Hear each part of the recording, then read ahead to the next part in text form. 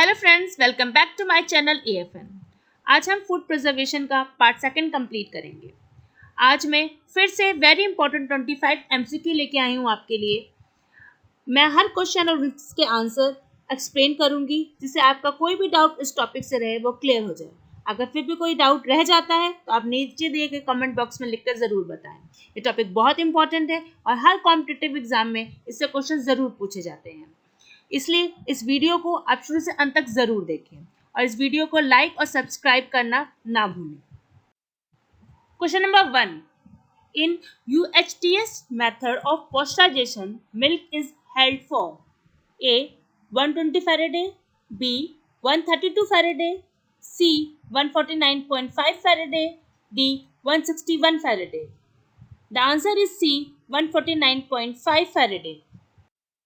Pasteurisation एक sterilization का process है जिसमें हम फूड को माइल्ड हीट देते हैं, यानी कि 100 सेल्सियस से कम टेम्परेचर का यूजुअली हीट देते हैं, जिससे फूड के अंदर के मैक्सिमम पैथोजेनिक माइक्रो ऑर्गेनिज्म, मतलब ऐसे माइक्रो ऑर्गेनिज्म जो डिजीज कर सकते हैं, वो मर जाते हैं और फूड की न्यूट्रिशनल कंपोजिशन पे चेंज नहीं होते। ये यूजुअली मिल्क में, फ्रूट जूसेस में और बिवरेजेस में यूज़ किया जाता है।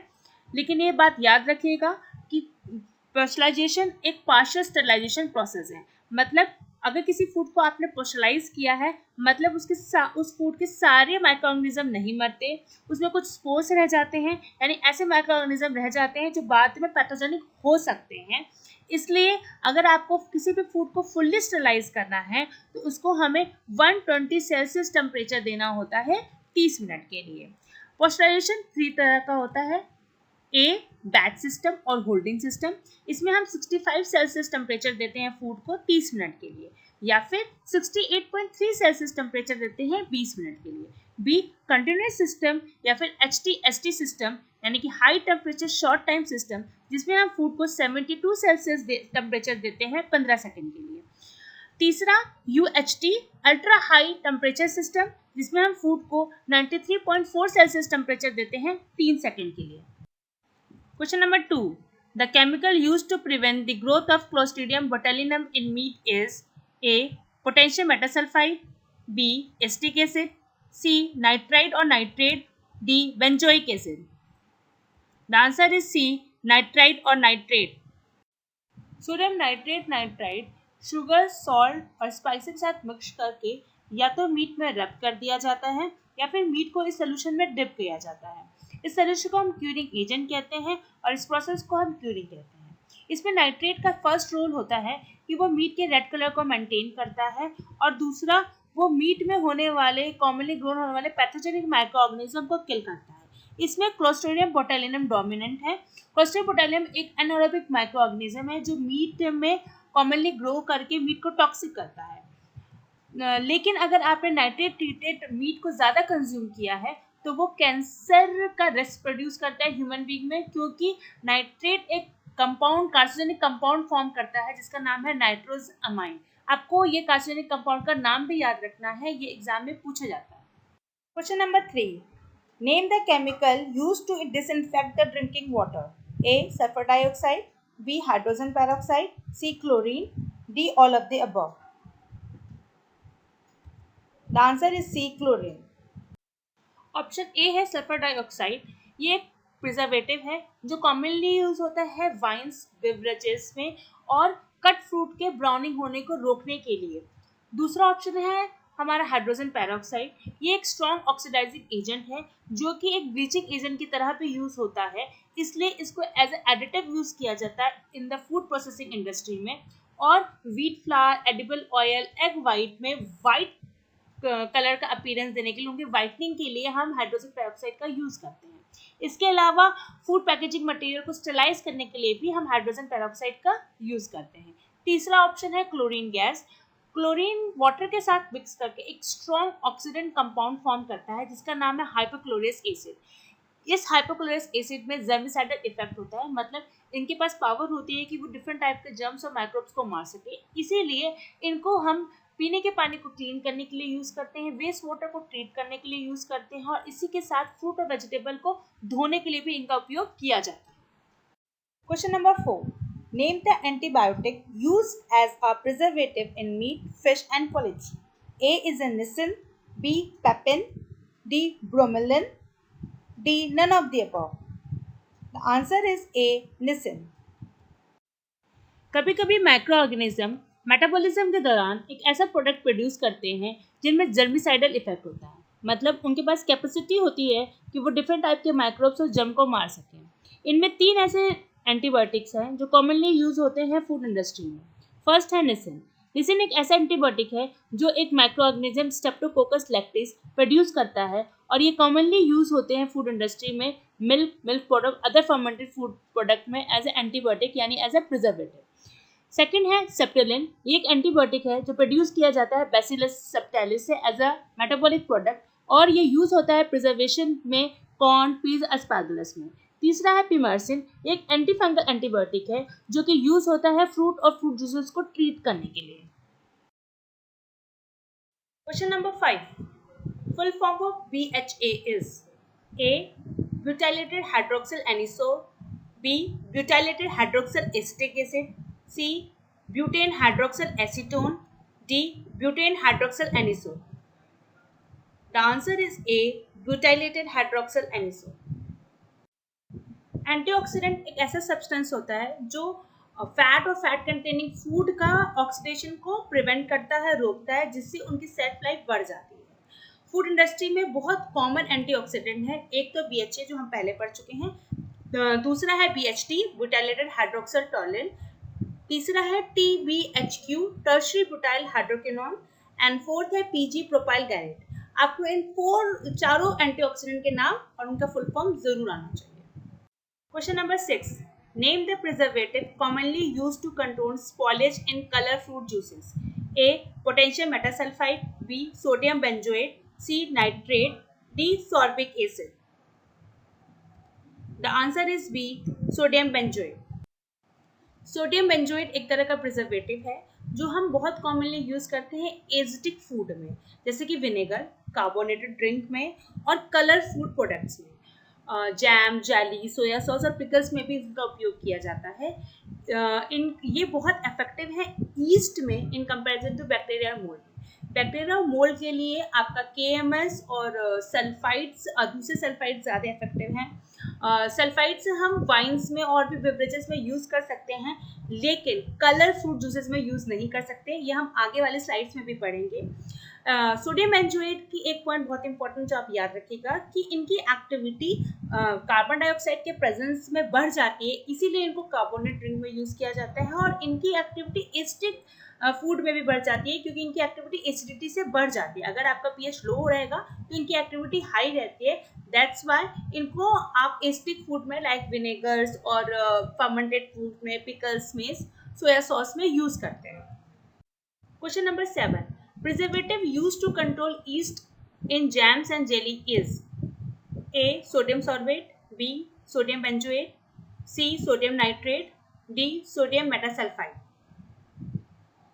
The answer is B sodium benzoate. ये हम अभी पिछले स्लाइड में पढ़ चुके हैं कि सोडियम बेंजोएट जैम और जेलीज में यूज किया जाता है as a preservative. Question number 8, preservative used to control microbes in wine is A propionic acid, B nitric acid, C lactic acid, D sulfides. The answer is D sulfide. ये हम discuss कर चुके हैं कि sulphides जो होते हैं, चाहे वो या सल्फर डाइऑक्साइड जो होता है, वो वाइन्स को प्रिजर्व करने के लिए यूज किया जाता है। सल्फर डाइऑक्साइड जनरली 2 फॉर्म में यूज होता है, सल्फाइड और मेटासल्फाइड। मेटासल्फाइड का एक बहुत कॉमन फॉर्म है KMS, पोटेशियम मेटासल्फाइड, जो बहुत कॉमनली यूज किया जाता है as a preservative in beverages and wines में। इनका प्रिजर्वेटिव एक्शन जो है वो सोडियम बेंजोएट से बेटर है अगेंस्ट बैक्टीरिया एंड मोल्ड, लेकिन ईस्ट के अगेंस्ट सोडियम बेंजोएट की एक्टिविटी ज़्यादा बेटर है देन द सल्फर डाइऑक्साइड। कई बार आपने देखा होगा कि फल को जब हम काट देते हैं तो कुछ ही मिनटों में वो ब्राउन हो जाता है, उसकी कटा वाला एरिया ब्राउन दिखने लगता है। सल्फर डाइऑक्साइड इस ब्राउनिंग रिएक्शन को रिटार्ड करता है और कटे हुए फल को ब्राउन होने से रोकता है। इसके अलावा सल्फर डाइऑक्साइड जूसेस में काफ़ी सॉल्युबल है, इसलिए जूसेस और बेवरेजेस में ये यूज़ होता है। लेकिन ध्यान रखिएगा, ये कभी भी कलर फ्रूट जूसेस में यूज़ नहीं होता, क्योंकि इनमें एक ब्लीचिंग प्रॉपर्टी होती है और कलर फ्रूट को या फ्रूट जूसेस को ये वाइट कर देता है, डिस्कलर कर देता है।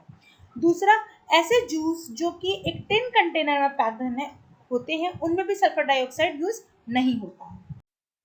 Question number 9. The chemical used to control the growth of microbes in cheese is A. Benzoic acid, B. Propanoic acid, C. Lactic acid, D. Sulfuric acid. The answer is C. Lactic acid. Acetic acid, lactic acid and propionic acids fermentation के दौरान produce होता है और इनमें एक preservative property होती है, इसीलिए जो फर्मेंटेड प्रोडक्ट होते हैं उनकी सेल्फ लाइफ ज़्यादा होती है। Question number 10. The process of preservation in which low level of gamma rays, electron beams or X-ray applied is called A. Lyophilization, B. Irradiation, C. Freeze drying, D. Aseptic canning. The answer is B. Irradiation. Irradiation एक technique है food preservation की जिसमें high energy ionizing radiation और electron beam पास करवा दिए जाते हैं food से। ये रेडिएशंस फूड के अंदर के बायोलॉजिकल मटेरियल यानी कि माइक्रोबियल सेल को अटैक करते हैं और उनमें से वेरी रिएक्टिव हाइड्रोक्साइड रेडिकल को प्रोड्यूस करते हैं। ये बहुत ही ज़्यादा रिएक्टिव होते हैं और एक चेन रिएक्शन को इनिशिएट कर देते हैं और फाइनली जिससे माइक्रोब्स मर जाता है। नॉर्मली ये रेडिएशन या तो मशीन से प्रोड्यूस किए जाते हैं या फिर रेडियो एक्टिव आइसोटोप से प्रोड्यूस किए जाते हैं। दो रेडियो एक्टिव आइसोटोप्स बहुत कॉमनली यूज किए जाते हैं for the production of gamma radiation जो कि है कोबाल्ट 60 एंड कैशियम 137। इन दोनों का नाम भी आप जरूर याद रखिएगा, ये भी क्वेश्चन एग्जाम में पूछे जाते हैं। Question number 11. The method of preservation where moisture is removed from the food is A. Salting, B. Canning, C. Dehydration, D. Pasteurization. The answer is C. Dehydration. Question number 12. The substance used as mold inhibitor in bread and cake is A. Sodium propionate, B. Sodium nitrate, C. Sodium metasulfide, D. Sodium benzoate. The answer is A. Sodium propionate. Sodium benzoate जो होता है वो हम discuss कर चुके हैं कि asterisk food में विनेगर, आपके कलर फ्रूट जूसेस में, जैम जेलीज में यूज होता है। सोडियम मेटासल्फाइड है, इसलिए बेवरेजेस एंड वाइन्स में बहुत कॉमनली यूज किया जाता है। सोडियम नाइट्रेट मीट में यूज किया जाता है। सोडियम प्रोपेनेट इसका आंसर है जो कि ब्रेड और केक में मोल्ड इनहिबिटर के लिए कॉमनली यूज किया जाता है। Question number 13. BHA, BHT, TBHQ, PGR. A. Stabilizer, B. Sequestrant, C. Antioxidant, D. None of the above. The answer is C. Antioxidant. ये हम अपने पिछले स्लाइड में डिस्कस कर चुके हैं। Question number 14. Name the preservative used to control the microbes in spices, nuts and dry fruits. A. Ethylene oxide, B. Calcium or sodium salts of organic acid, C. Sorbic acid, D. Sulfur dioxide. The answer is A. Ethylene oxide. Question number 15. Dash prevents the browning of cut fruits. A. Sulfur dioxide, B. Sulfides, C. Ascorbic acid, D. All of the above. The answer is D. All of the above. कई बार कुछ फल को काटने के बाद जो कटा portion है वो ब्राउन होने लगता है। इस ब्राउनिंग को रोकने के लिए हम या तो एस्कॉर्बिक एसिड यूज करते हैं या फिर सल्फर डाइऑक्साइड और उसके फॉर्म्स लाइक सल्फाइड और मेटासल्फाइड यूज कर सकते हैं। इसलिए इसका आंसर है D, all of the above. Question number 16. Which of the method commonly use for preservation of fruit juices? A. Pasteurization, B. Sterilization, C. Boiling, D. Both A and B. The answer is A. Pasteurization. Fruit juices को preserve करने के लिए हम 100 Celsius से कम temperature देते हैं क्योंकि इस टेम्परेचर से सारे पैथोजेनिक माइक्रोनिज्म जो फ्रूट जूसेस में हो सकते हैं वो मर भी जाते हैं और फ्रूट जूसेस के अंदर के माइक्रोन्यूट्रिएंट्स, बायोटिक कंपाउंड और उसका फ्लेवर डैमेज भी नहीं होता। Question number 17. Technique in which food is sterilized outside the can and then aseptically placed in previously sterilized can is aseptic canning, B. Holding pasteurization, C. Flash pasteurization, D. Sterilization. The answer is A. Aseptic canning. aseptic Canning एक technique है food preservation की जिसमें हम food को अलग से sterilise करते हैं और कैन को अलग से स्टरलाइज करते हैं. देन हम स्टरलाइज फूड को स्टरलाइज कैन में फिल करके उसे सील कर देते हैं. इसके अलावा पॉस्टराइजेशन एक टेक्निक है जिसमें हम फूड को 100 सेल्सियस से कम का हीट ट्रीटमेंट देते हैं लेकिन कैन को स्टरलाइज नहीं करते हैं. इसी तरह स्टरलाइजेशन एक टेक्निक है जिसमें हम 100 सेल्सियस से ज़्यादा टेम्परेचर देते हैं फूड को और इसमें भी कैन को स्टरलाइज नहीं करते हैं. So answer is A. Question number 18. A method of food preservation in which vacuum is used to remove moisture from frozen food. A. Vacuum dehydration, B. Freeze drying, C. Drying, D. Canning. The answer is B. Freeze drying. Freeze drying एक preservation का method है जिसमें हम पहले food को freeze कर देते हैं यानी फूड के अंदर का जितना भी मॉइस्चर है वो आइस में कन्वर्ट हो जाता है. देन हम इसको प्लेस करते हैं वैक्यूम एटमॉस्फेयर में जिससे जो फ्रीज आइस है वो चेंज हो जाएगा स्टीम में बिना लिक्विड में बदले. इस तरह से हम फूड में से मॉइस्चर को रिमूव कर देंगे. So answer is B. Freeze drying. Question number 19. Smoking technique is used for the preservation of A. Spices, B. Pickles, C. Baked products, D. Meats. The answer is D. Meats. Question number 20.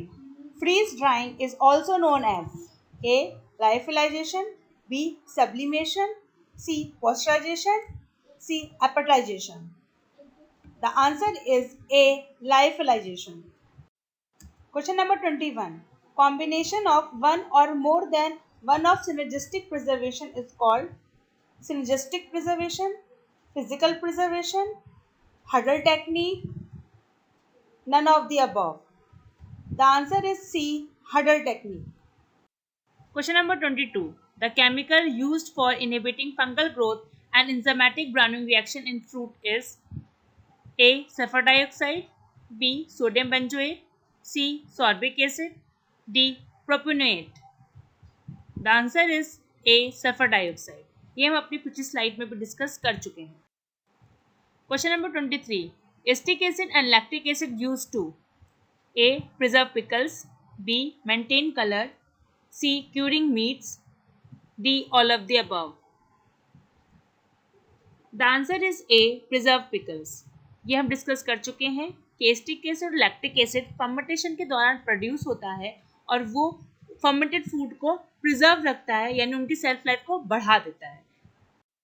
Question number 24. Salt at a concentration of that percentage is sufficient to preserve most food products. A. 10 to 15%, B. 15 to 25%, C. 25 to 35%, D. 35 to 45%. The answer is B. 15 to 25%. Salt कम से कम 15 to 25% होना चाहिए तभी वो food को की self life को बढ़ा सकता है. इसी तरह शुगर किसी भी फूड सोल्यूशन में 66% होना ज़रूरी है तभी वह फूड को प्रिजर्व कर सकता है. Question number 25. Dash percentage of sodium benzoate required for preservation of fruit juices. A. 0.06 to 0.1%, B. 0.3 to 0.5%, C. 0.5 to 1%, D. 1 to 2%. The answer is A. 0.06 to 0.1%. कितना अमाउंट ऑफ बेंजोइक एसिड किसी food को preserve करने के लिए काफ़ी होगा ये depend करता है उस फूड की एसिडिटी पे. जनरली जूसेस जिनके pH 3.5 to 4 होता है उनमें बेंजोइक एसिड 0.06 से 0.1% तक काफ़ी होता है. लेकिन less acidic juice like grape juices में 0.3% ऑफ बेंजोइक एसिड रिक्वायर्ड होता है. मैक्सिमम 0.1% बेंजोइक एसिड यूज़ कर सकते हैं क्योंकि उससे अधिक यूज़ करने पे बेंजोइक एसिड बर्निंग टेस्ट देता है जो नॉन एक्सेप्टेबल होता है. इसका मतलब बेंजोइक एसिड की एक्टिविटी फूड की एसिडिटी के साथ बढ़ती है. थैंक यू दोस्तों, इस वीडियो को देखने के लिए, लाइक और सब्सक्राइब करने के लिए। अगर आपको इस टॉपिक से रिलेटेड कोई भी स्टडी मटेरियल चाहिए होगा तो आप मुझे कांटेक्ट कर सकते हैं। मेरे ईमेल आईडी agrifoodnutri@gmail.com।